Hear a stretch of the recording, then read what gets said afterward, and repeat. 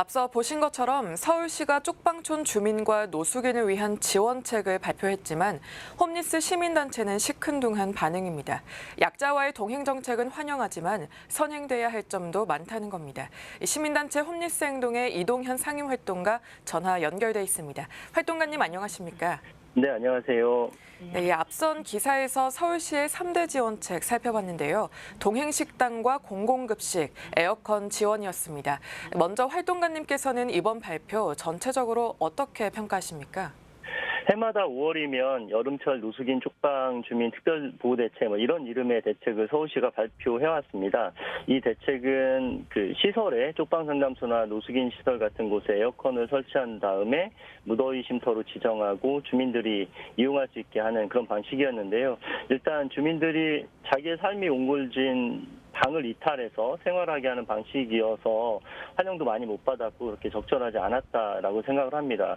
그런데 이번에 오세훈 시장이 부족한 수량이지만 에어컨을 설치해서 자신의 주거를 유지하는 방향으로 전환했다라는 것은 정책의 이제 전환이란 측면에서 의미가 있다라고 생각합니다. 하지만 쪽방 주거 환경이 매우 취약하기 때문에 주거 특성을 고려한 어려움들이 이 에어컨만으로는 해결할 수 없기 때문에 주거 환경을 개선할 수 있는 근본 대책과 함께 이런 계절 대책이 제시됐어야 하는데 그 중장기 대책이 비었다는 게 가장 큰 한계라고 생각합니다.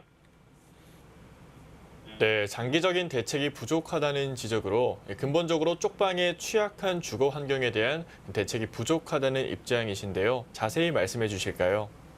네, 좀 자세히 말씀드리면 쪽방 중에서 소위 먹방이라고 하죠. 창문이 없는 방이 한 32% 정도 되고요. 한 70% 정도는 공동 주방 자체도 없습니다.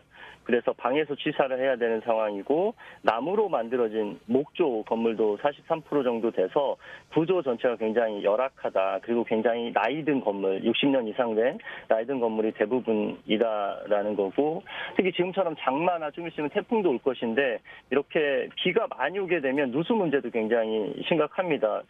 제가 아는 주민 한 분은 누수 때문에 그냥 방이 내구퉁이에 논에 또랑을 만드듯이 이렇게 도랑을 만들어 놓으시기도 했는데요. 주방이 없어서 한 끼 동행식당을 이용한다 해도 나머지 두 끼는 방에서 밥을 해 먹어야 되는 거고요.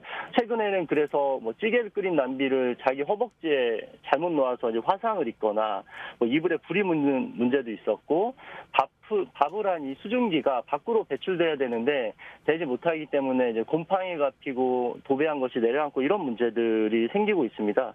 결과적으로 이제 취약한 쪽방의 구조를 바꿔야 되는데 소규모 수준으로는 좀 불가능하고요.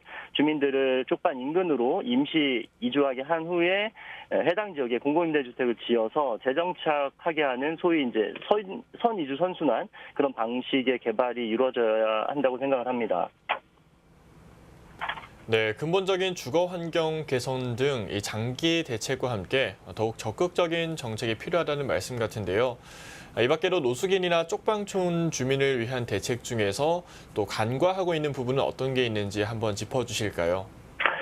일단 개발 계획을 좀 섬세하게 관리 감독하고 해야 될 것 같은데요. 일단 쪽방에 대한 개발 계획은 크게 두 축입니다. 하나는 영등포 그리고 용산 봉자동 쪽방에 적용하기로 한 공공주택 사업이라는 게 있고 또 하나는 중구 양동지구, 종로구 창신동, 동대문구 전농동 이런 쪽방에 적용되게 될 도시형비형 재개발, 민간 개발입니다. 그래서 전자는 쉽게 말해서 공공개발이고 후자는 민간개발인데 공공개발 중에서 동자동 쪽방은 우리나라에서 가장 큰 쪽방 지역인데 작년 2월 5일에 공공주택 사업을 한다 이렇게 발표만 해놓고 건물주 반대로 개발 사업의 첫 단계인 지구 지정조차 안 되고 있습니다.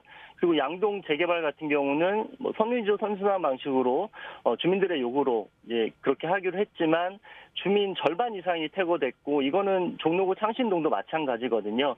민간 개발 같은 경우는 건물주들이 어떤 세입자 대책을 그리고 세입자 자체를 비용으로 여기기 때문에 사전 퇴거시키는 문제가 있습니다. 이거를 좀 제재를 해야 될 것 같고 그리고 공급하기로 한 임대주택도 14제곱미터밖에 안 돼서 너무 작습니다. 오세훈 시장이 4월 달에 1인 가구도 최소한 40제곱미터 이상으로 임대주택 건설하겠다 발표하셨는데 14제곱과 40제곱 너무 편차가 큰 거죠. 그래서 적절한 주민 내몰림 없는 그런 임대주택 건설이 굉장히 중요하다고 생각합니다. 네, 사회적 약자를 위한 정책은 환영하지만 조금 더 세심하고 장기적인 대책이 필요하다는 말씀이었습니다. 활동가님 오늘 말씀 잘 들었습니다. 네, 고맙습니다. 네, 시민단체 홈리스 행동의 이동현 상임활동가와 얘기 나눠봤습니다.